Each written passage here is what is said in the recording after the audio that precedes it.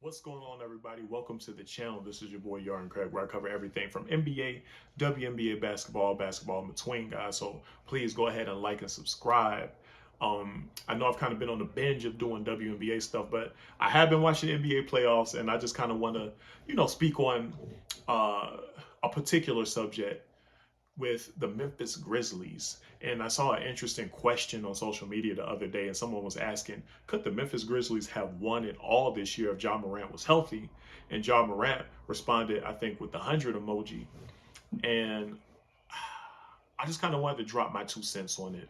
Um, there's four teams left, obviously. The Mavericks and the Warriors. The Warriors are up 3-0, and they should be closing out that series ASAP. I don't expect. I mean, Dallas may steal a game, but gentlemen sweep at best.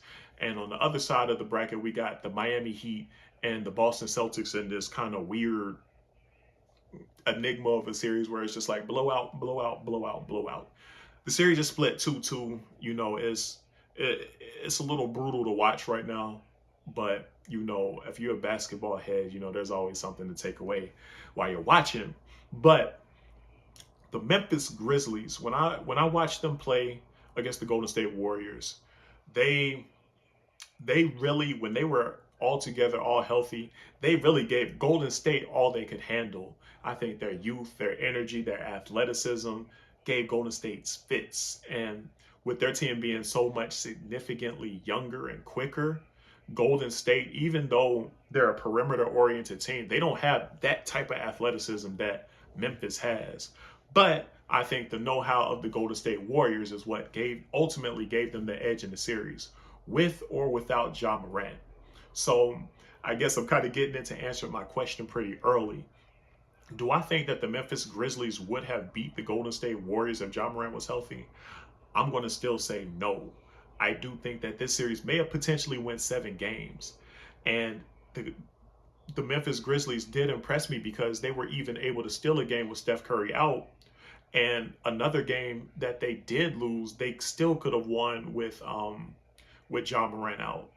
So I think Golden State Warriors experience just really gave them the edge. And I think that the Memphis Grizzlies are probably still one perimeter player away from really being a team that can truly compete for a title.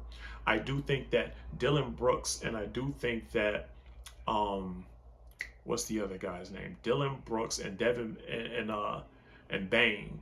I do think both of those players are great perimeter players in their own right, but I'm not sure that they both have the dynamic offensive punch that's needed to go that's really needed for them to take that next step. Ja Morant needs somebody to take some of the pressure off of him so he doesn't have to go 100 miles per hour all the time.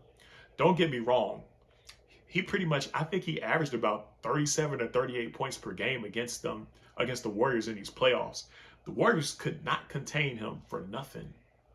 But at the same time, it's very tough to see, your your guard play that hard and at his size, go that hard constantly. It's like it just one of my favorite players just keeps popping into my mind, Derrick Rose, where it's like, hey, if Derrick Rose would have had somebody to take some of the pressure off of him, who knows? He may have not gotten injured because he may have not had to go quite as hard as he was going.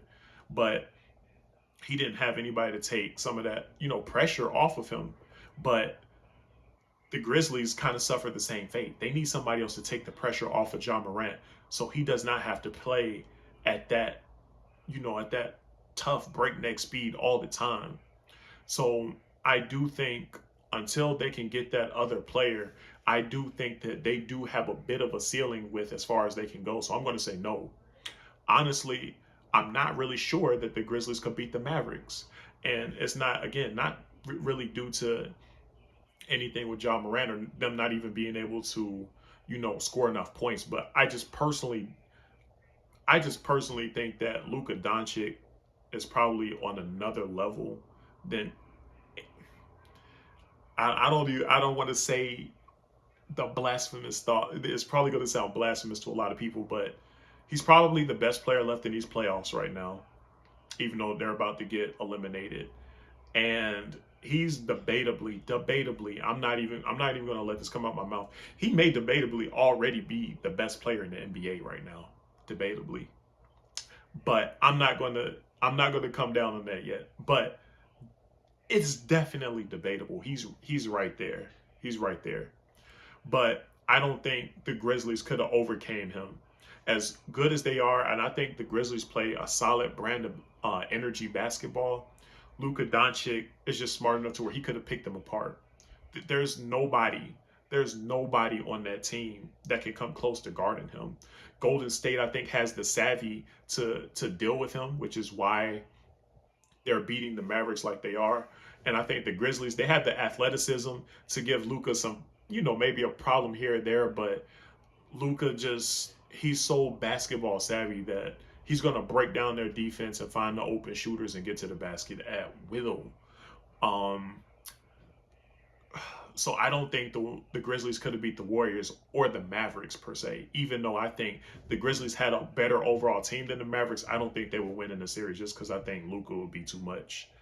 On the flip side, with Boston and Miami, um, I like their chances against both teams in the playoffs. I think that both of those teams are very strong defensive teams, similar to the Grizzlies, but I think that both of their offenses they get so stagnant because they don't neither team plays at a breakneck speed. They both play a little bit more half court, but their stars sometimes struggle to really produce in the half court. And I know we see Jaylen Brown and Jason Tatum. We see a lot of nice plays from them, and even on the Heat side, we see some nice plays from Jimmy Butler, and Bam Adebayo here and there, and Tyler Hero when they're getting up and down, and Kyle Lowry in the half court. But I ultimately think that Ja Morant and the Memphis Grizzlies' athleticism would give them too much of a problem to be able to keep up with, especially scoring the basketball, because both of those teams sometimes they can get a little too jumper happy and they won't score in the paint.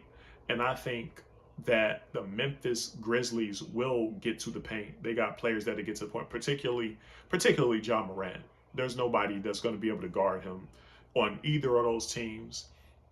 But I think ultimately his overall ability to break down defenses off the dribbles and blow by people, and the Memphis Grizzlies overall athleticism, they do have shooters out there with as far as like Bane and Dylan Brooks can knock down some shots too. I think that would be too much for the Heat and the Celtics, even though I think those series would probably go 6-7 games for sure. But I would take Memphis in the series over both of those teams, though. So ultimately, I think the Grizzlies probably top out around the fourth or fifth best team in the NBA this season. But I think they're probably, again, like I was saying earlier, they probably need that one player that helps put them over the top, preferably a perimeter player.